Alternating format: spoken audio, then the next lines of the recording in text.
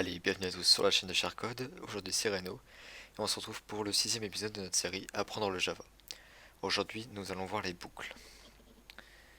Alors, les boucles par définition, leur rôle, ça va être simplement de répéter un certain nombre de fois les mêmes opérations. Donc, il existe 4 types de boucles. Il va y avoir la while, la do while, la for et la for each. Donc, nous allons voir les 4. Les boucles vont servir à exécuter un certain programme un certain nombre de fois jusqu'à ce que l'utilisateur atteigne le résultat souhaité. Une boucle va s'exécuter selon une condition tant qu'elle est remplie. Donc on va commencer par la while. Donc c'est écrit comme ceci. On ferme, on ouvre les accolades. Alors à l'intérieur on va mettre notre condition. Donc on va commencer par initialiser notre variable h à 0. While h est inférieur ou égal à 24. On va lui dire d'imprimer dans la console. Il est hop, h 1 heure. Donc si on exécute là, la boucle la boucle ne va jamais s'arrêter car on ne modifie pas l'entier. L'entier sera toujours inférieur ou égal à 24. On teste. Voilà, donc ça va spam.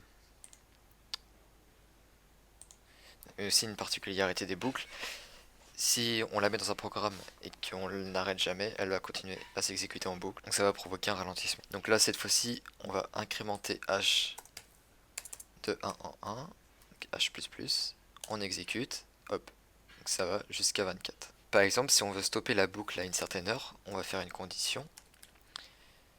Si il est 12 heures, par exemple, donc si h est égal à 12,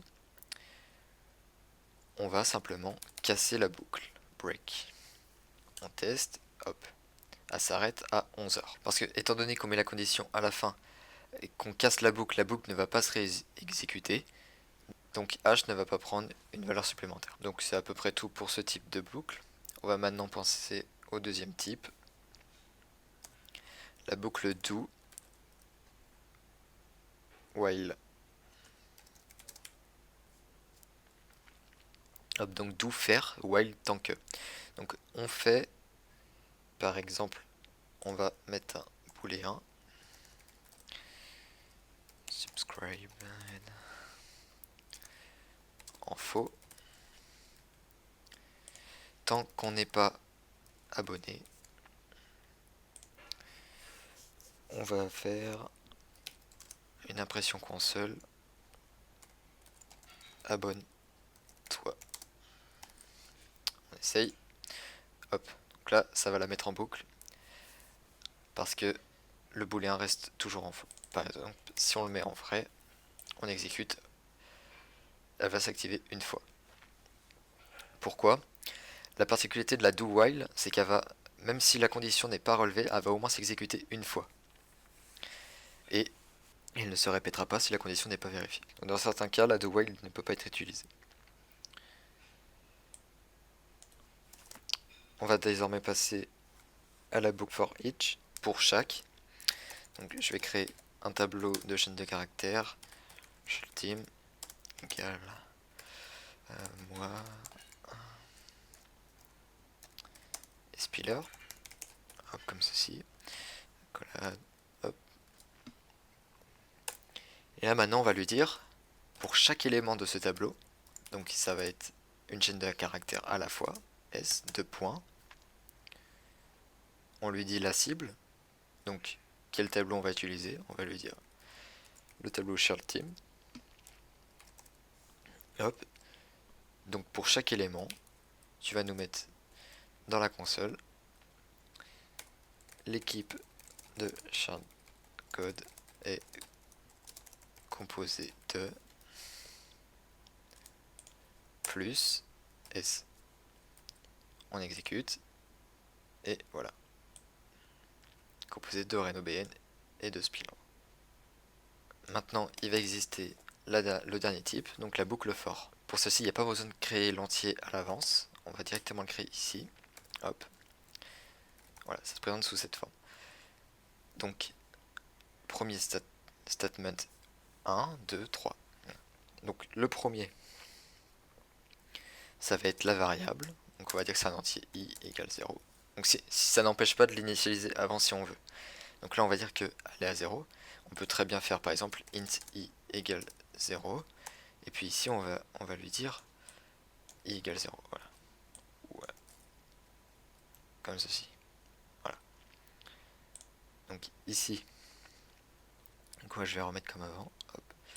Ici, ça va être, qu'est-ce qu'on va faire de cette valeur, cette variable. Donc celui-ci, ça va être la condition. On va dire tant que i est inférieur ou égal à 18. Et ici, ça va être l'affectation à la valeur. Qu'est-ce qu'on lui fait? Ben là, on va l'incrémenter de 1. On va lui dire tant que tu es inférieur ou égal à 18, tu t'incrémentes de 1. Maintenant, on va dire si i est strictement inférieur à 18,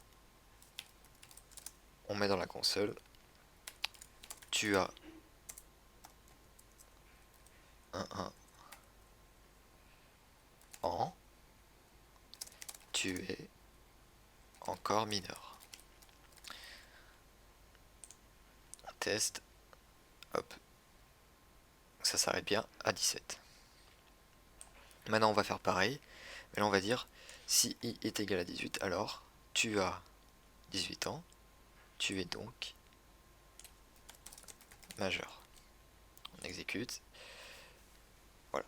Donc ici, les deux conditions sont vérifiées dans la boucle. Et étant donné que ça s'exécute dans l'ordre, tant que cette condition est vraie, on exécute cela. Et vu que celle-là est aussi vraie, une fois qu'on est arrivé à 18, on l'exécute aussi. Donc ça nous fait nos 19 phrases avec la différence à partir de la 19e. Donc là, pour vérifier que ça s'exécute bien, on va simplement imprimer i, hop, comme ceci, 18. Si j'enlève la condition,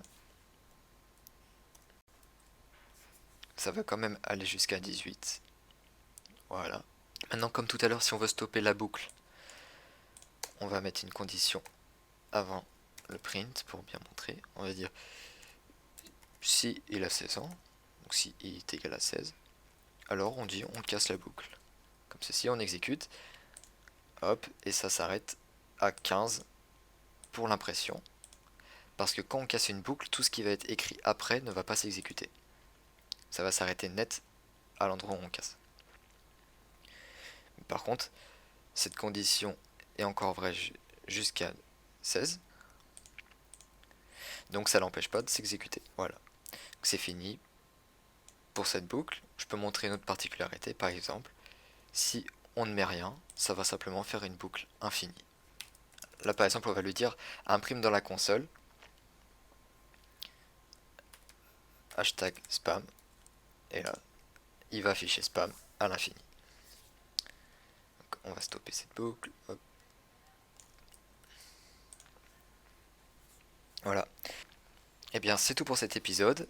Si vous avez besoin de renseignements complémentaires, n'hésitez pas à rejoindre notre Discord ou pour des questions par rapport à cet épisode. Nous serons ravis de vous y répondre. Sur ce, c'était Reno. Moi je vous dis à la prochaine. Ciao ciao.